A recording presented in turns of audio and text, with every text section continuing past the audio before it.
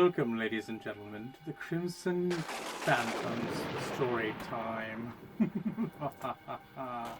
Where I read ghost stories to you. In today's episode, we read the exciting adventures of Georgie the Ghost in Georgie and the Buried Treasure by Robert Grace.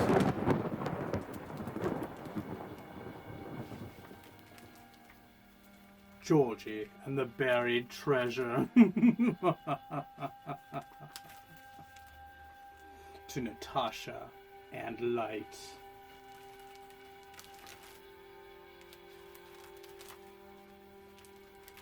Nobody could imagine that Mr. Sneed would ever want to harm that tree. But one spring he dreamed there was buried treasure there, and then there was trouble, because Mr. Sneed gave up his plowing to do nothing but dig holes for the treasure in the night in his own yard. Herman found out about it from the rabbits. They told him that Mr. Sneed was digging so many holes, it was getting unsafe for Mrs. Sneed to step out of her own house.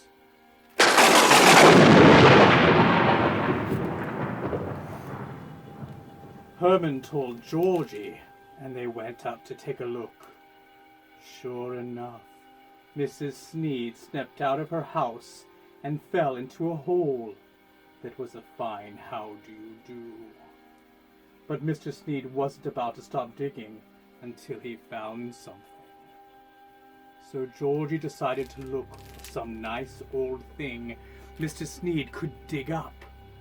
And he rummaged to the Sneed's own little attic until he found a music box. It seemed just right to make Mr. Sneed happy because it looked just like a treasure box. Besides, it played such a cheerful tune. Now, Mr. Sneed always dug his next hole wherever he left his shovel. Planted straight up. So Georgie knew where to bury the music box. He had the rabbits do it for him because they knew just how.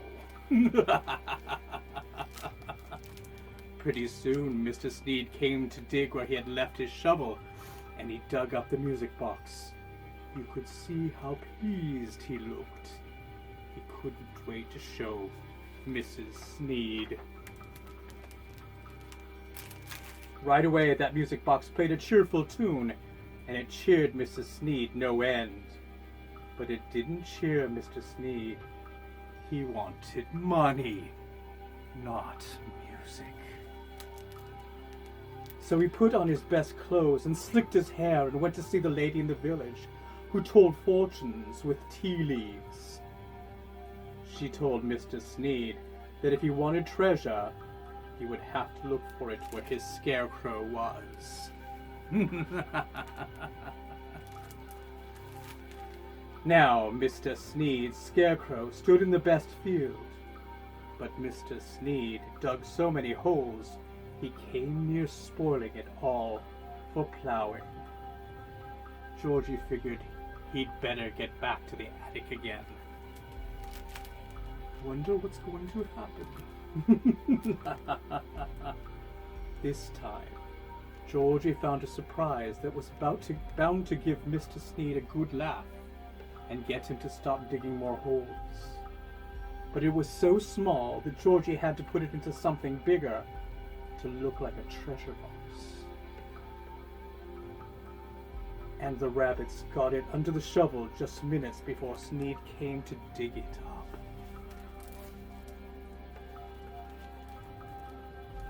But that surprise was a jack-in-the-box, and it bopped Mr. Sneed right on the nose. Ah, that Mrs. Sneed laughed until her sides ached. But Mr. Sneed's feelings were so hurt. Mrs. Sneed had to cheer him up with a nice big piece of her famous chocolate cake. And that cake tasted so good. Mr. Sneed promised he would give up digging holes if he could just have a second helping. And that was good news for Mrs. Sneed.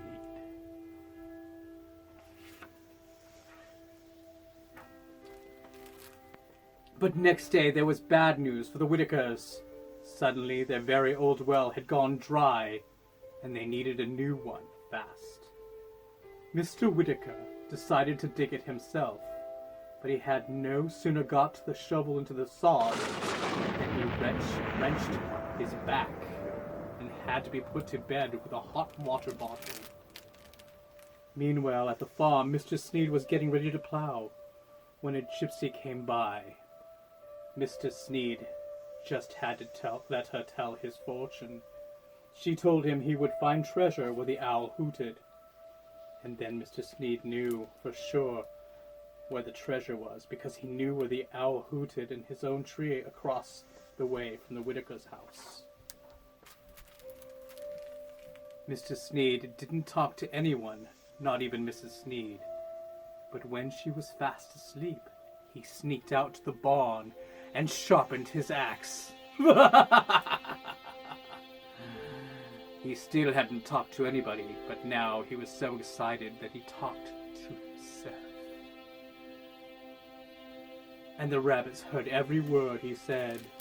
The rabbits ran to tell Georgie, and Mr. Sneed was coming with his axe to cut down the tree, because the gypsy had told him that the treasure was there, where the owl hooted, and somebody had better think of something in a hurry to stop him. They all went into the Whitaker's yard to think of something in a hurry, and it didn't seem that anybody could think of anything, let alone in a hurry. But Georgie caught sight of Mr. Whitaker's shovel, and then he thought of something right away. Now Mr. Sneed came to cut down the tree, and he swung his axe just as he expected. He heard the owl hoot, but she didn't hoot in the tree.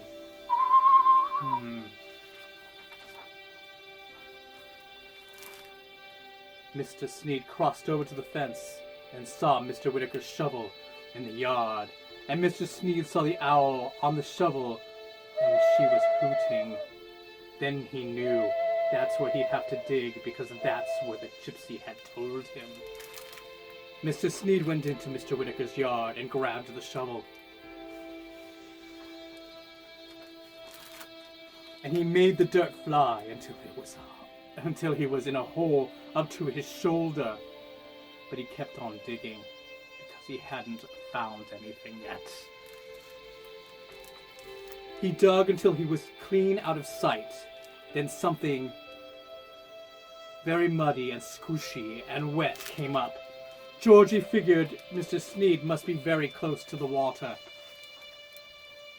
Suddenly, there were splashing sounds, and that's when the shovel came up like a rocket on the 4th of July. Then Georgie knew it was time to get a rope and to send Miss Oliver flying to fetch the harmless cow from the meadow. The cow came running.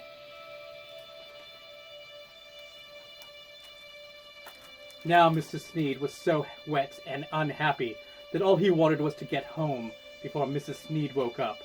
But Georgie and his friends celebrated around the tree, and the cow was so loud it woke up the Whitakers. And Mr. Whitaker's back was still aching something fierce.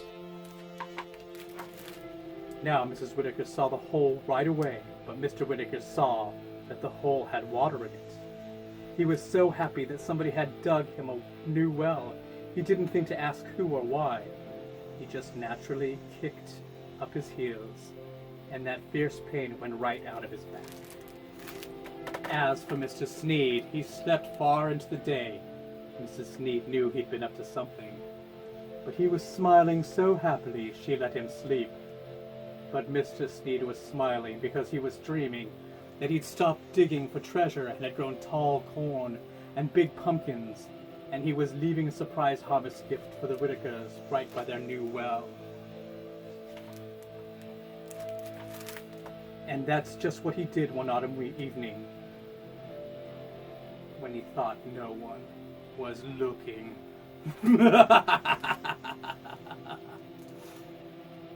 Good